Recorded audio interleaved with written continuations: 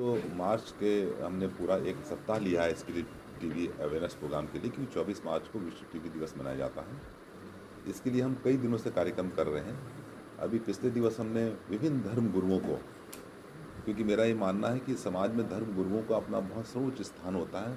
उनकी कही हुई बात को उस धर्म वाला अनुयायी उसका जो है पत्थर की लकीर मानता है, तो उनके माध्यम से भी हमने जो है ये बात कहलवाई है। और आज हमने आदरणीय श्री प्रीतम भरद्वाज जी, जो कि लोक गायक हैं और स्थानीय व्यक्ति हैं, तो उनको भी हमने आज अनुरोध किया था कि वो अगर स्वीकार करेंगे, हमारा ब्रांड एम्बेसडर बनेंगे, उसमें हम भी कार्रवाई करेंगे। और उनके माध्यम से कुछ लोक गीत और इस प्रकार के हम जो है थोड़े से स्लोगन लेंगे, जिनको विभिन्न माध्यमों से हम जो है जनता में जागरूकता के लिए, क्योंकि सबसे जो टीबी के साथ जो कमी अभी तक रही है कि लोग उसके प्रति भागते हैं। अगर किसी को शक भी होता है कि मुझे टीबी हो गई है, तो वो टीबी को छुपाता है, घर में भी नहीं बताता है, नहीं इवन डॉक्टर को बताता है। मैं अपने इतने साल की सर्विस में कई बार मेरे पास जो रोगी आते हैं, तो उससे मुझसे पुराना इतिहास पूछा जाता है, तो वो जल्दी बताता नहीं है कि मुझे 5 साल पहले टीबी भी थी।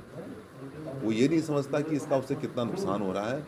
वो सिर्फ एक सोशल स्टिग्मा एक जो बन गया है, उसकी वजह से उसको दूर करने के लिए हमने आज ये प्रोग्राम किया है कि आपके माध्यम से ये मैसेज जाए लोगों को कि बीमारी छिपने से नहीं, उसको सामने लाने से दूर होगी। कोई कठिनाई की बात इसमें नहीं है। सारी सेवाएं इसमें, जांच से लेकर के और इलाज तक के सारी चीज़ें इसमें निःशुल्क हैं। 2 हफ्ते से ज़्यादा खांसी आपको लगती है, आप निकटस्थ स्वास्थ्य केंद्र में जाएं, बलगम की जांच कराएं, वहाँ पे चिकित्सक है, आपको दवाएं निःशुल्क हैं। दवाई लेने के लिए अब जैसे इसमें कहते हैं कई लोग, साहब 6 महीने तक दवाई खाएंगे, हम कैसे खाएंगे? तो सरकार ने इतनी बढ़िया व्यवस्था की है कि उसके घर या उसके घर के पास जहाँ उसे सुविधा होती है, वहाँ हम उसकी दवाइयाँ पहुँचा देते हैं और उस व्यक्ति को ट्रेन कर देते हैं। इसमें यह जरूर करते हैं कि दवाई रोगी के हाथ में नहीं देते, क्योंकि विगत सदियों का अनुभव ये बताता है कि अगर रोगी को 1 महीने की दवाई दे दी जाए तो वो उसको नियमित रूप से नहीं खाता है। और इसमें अगर उसने दवाई में टीबी के मरीज पाए जाते हैं, तो ये थोड़ा चिंतनीय भी है। और मैंने इस शिविर में आकर के मैं पूरा देहरादून का जो सीएमओ साहब, हमारे जो यहाँ के पांडे जी हैं, जो टीबी अक्षय रोग के अधिकारी हैं, इनका धन्यवाद ज्ञापित करना चाहता हूँ कि इन्होंने इतने अवेयरनेस के कार्यक्रम में मुझे आमंत्रित किया। और ये बहुत आवश्यक है कि जन जागरूकता इसके लिए फैलाई जाए।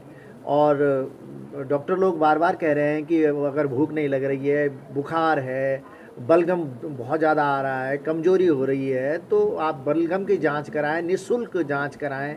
निःशुल्क इसकी जांच हैं और निःशुल्क इसकी दवाइयां हैं। दवाओं को खिलाने वाले आदमियों को भी पैसा दिया जाता है।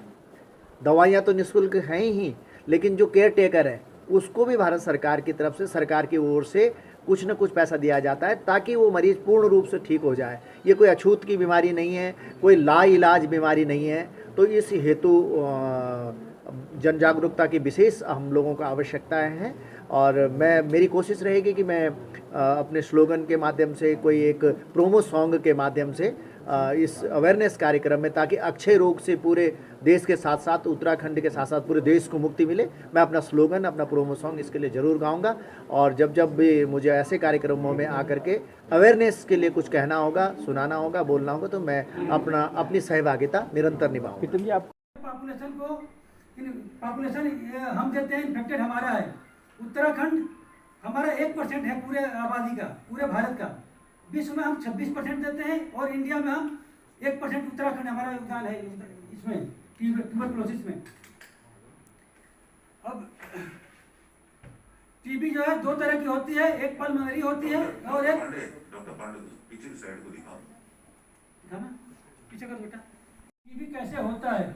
टीबी जो होता है माइकोबैक्टीरियम ट्यूबरकुलोसिस, एक बैक्टीरिया हो, जीवाणु होता है, उसके कारण होता है।